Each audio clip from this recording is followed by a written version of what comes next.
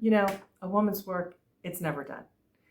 No matter how clean you get your house, there's something else to clean. There's something else to organize. It could be a 8-hour job every day if you really, really needed it to be perfect. I'm not a perfectionist. No, no, no.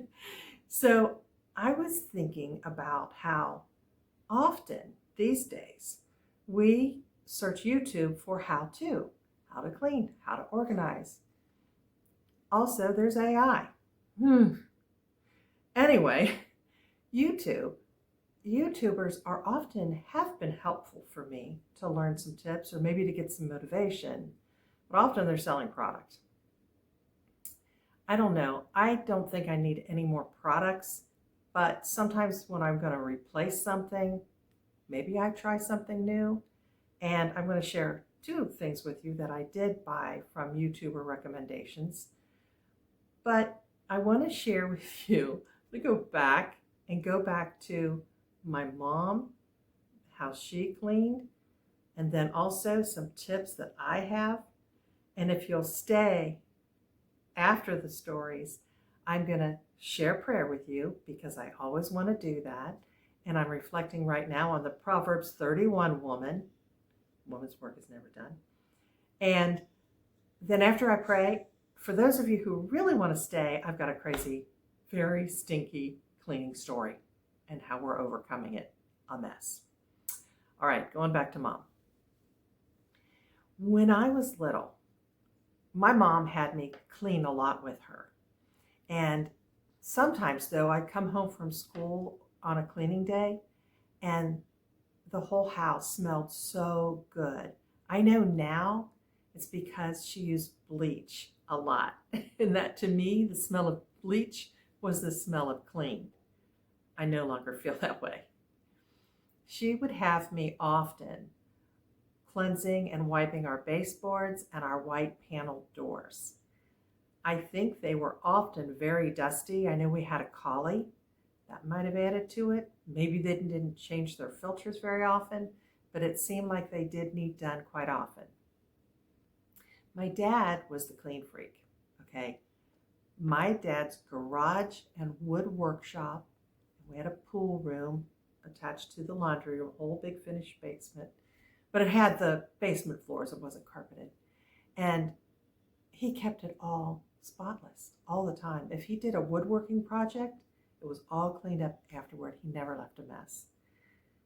So what I remember a lot about growing up and keeping the home clean, the kitchen, okay? So my dad, when the meal was over and I was still, at home, he would hit that table and say, hop up there. And that meant go do the dishes.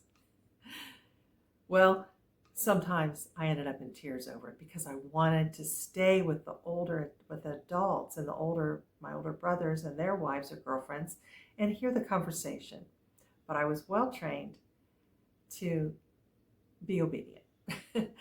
Another thing that I enjoy doing, and I wonder if you have any memories like this, but my mom and dad would go out on the patio. He would grill steaks just for the two of them. They'd have a romantic evening. And while they were out there, I would clean the kitchen to the nth degree. I would move all the canisters. I would wipe every edge, the stove, everything perfect. And when they came back in afterward, I did it for a surprise and I did it for the praise. Dad would flip. He would be, look at this. Look at our daughter. Look how good she did. And he'd brag on me. The only problem was I could sense Mom coming in the door behind him. There was a little bit of jealousy, I think, because it was kind of like me showing her up. Okay, my real life cleaning tips are that every night, and you may do this, even if the dishwasher isn't full, it has to be at least half full, but I run it every night, and my goal is to empty it every morning. Some weeks I get off track on that, but when I do, it's so nice to be able to put your, breakfast dishes and your lunch right afterward, go straight into the dishwasher and not have a mess in the kitchen all day. Now, some nights I dread it because I'm so tired, but if I just go ahead and get in there and get started, I really appreciate going to bed and waking up with a nice, clean, clear counter and sink. Do you do that? Another tip, like with the dishwasher, I see these videos where people pull out the filter and it's nasty. Well, we have chia seeds almost every day. And if I don't keep that filter clean, it's going to gunk up because they turn gel-like. So I take that filter out and I rinse it. It never gets bad. I probably do it maybe every 2 or 3 washes. As far as the disposal, that's another thing. I hear a lot about disposal cleaners and buying all these things. Buy a lemon. Use the lemon, cut a little piece of it, put it in, run it. Ice cubes work great. And, if you can't remove the little plastic rubber gasket, I use paper towels to just reach in there with a little soap and water and clean the underside of that.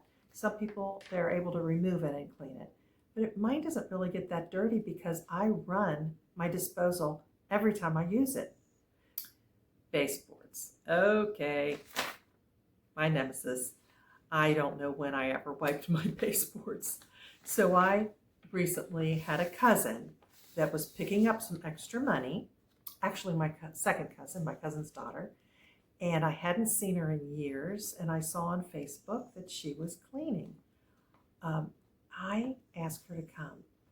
I paid her to wipe down all my baseboards because I have a replaced knee. I cannot get down and really scrub them. Well, it took her hours because she also cleaned, she wiped all my kitchen cabinets. She got up on top of a whole area of cabinets and cleaned up there where I can't reach anymore. I mean, I could, but I really don't want to climb on counters anymore. Well, my dishwasher and stove have never looked so clean on the fronts. And I just was very impressed and motivated to keep it really nice because we sat down that evening after she left and the whole house, you could tell the difference in the baseboards. So now I'm going to try to be a good girl and just keep after them. All right. I think to keep your house clean and to make it easier is the key that less is more. I used to have so many cleaning products, so many. They were in the laundry room, under the kitchen sink, in the hall linen closet, in each bathroom. No more. I keep the 2 basic cleaning products that I need under each sink in the bathrooms. All the other cleaning products or backstock is in the laundry room over a laundry tub where I can wash, empty buckets and things like that. And then in the kitchen, I have just the kitchen cleaning products. So it's not overwhelming. I do tend to have an ADD brain where too much of a thing makes me overwhelmed. Recently, I've tried everything there is to make my laminate floors look good. And I've mixed up all these different homemade things. I've bought all the laminate floor cleaners. And what I found recently is a warm bucket of water and about a teaspoon of baby shampoo. It worked really good. Are they perfect and gleaming? No, but they look better than they have with anything else I've tried in a long time. Okay. Never leave the room empty-handed. So every time I leave a room, my husband has to laugh. I don't care how exhausted I am. I'm going to pick up any socks that are there, any dirty glasses, any tissues, paper trash, and go straight, take them in the kitchen. Well, not the dirty socks. So I think my favorite tip, laundry, I feel the best about is that I have 3 laundry baskets, lights, darks, towels. When a towel is moist, I hang it over the side or a little washcloth. I hang them over the side so they air dry and then put them in. And then I carry the laundry basket into the laundry room. I do the load. I put it in the dryer. When it's done, it does not go back in laundry baskets. In fact, most of the time I'll take that empty laundry basket and go ahead and put it back in our bedroom closet. That's where they all 3 are. Well, I take the clothes out of the dryer and 9 times out of 10, I immediately fold them and hang them. And maybe 8 times out of 10, I go ahead and put that stack away. Sometimes I let it pile up. So maybe I'm doing darks and then lights. I may just go ahead and carry those in all at once. And sometimes if it's something that wrinkles, I don't really worry about it. I just let the towels, dry towels, lay in the dryer. And then when I have the energy, I fold them and put them away. I think laundry bins, if the clothes go back in there, you know where they're going to be? They're going to be worn from there often. Well, I'm going to pray now for a blessing for you. And also, at the end, don't forget, stay for my stinky cleaning story. Okay. Lord, hear our prayer. Father, I lift up all the ladies that are watching, and I pray, Lord God, that you bless them. Bless them. Bless us, Lord God, those of us that struggle with motivation to keep things nice. Bless us, Lord, for those of us who struggle with the finances, which causes a burden on the whole household. Help us, Lord God, to keep our homes clean so that we can be healthy, live in good, positive atmospheres, Lord God. We thank you for all the blessings that you've given us in our life.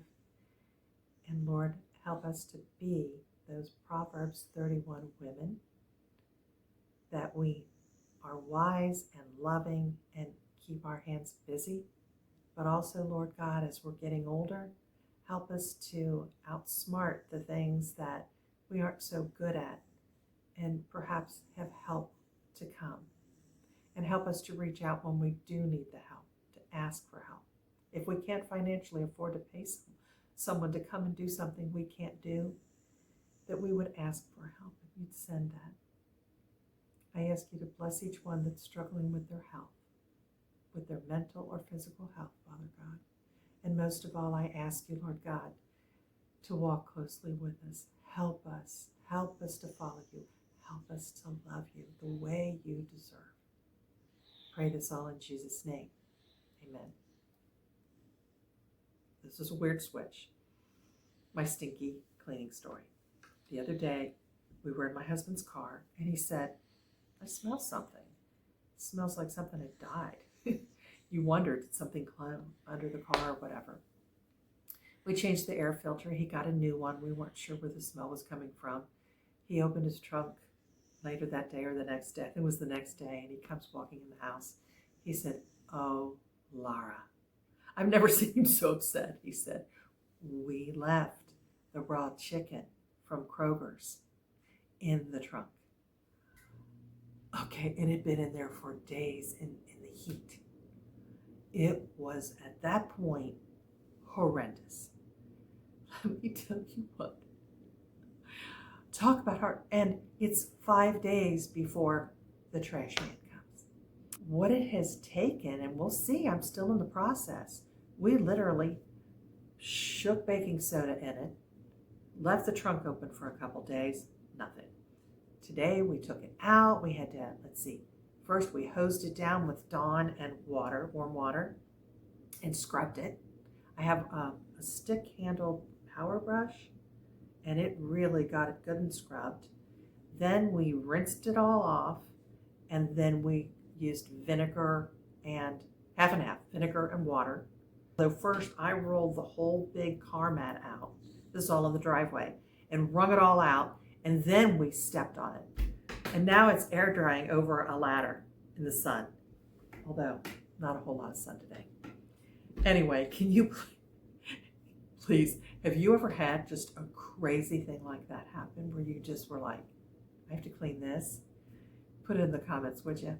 Listen, I hope this video was nice enough for you. Please leave it in the comments. I've worked really hard to get the ring light not to shine in my glasses. Not easy. Love you all. See you next week, okay? Bye-bye. Otis. Otis. Otis.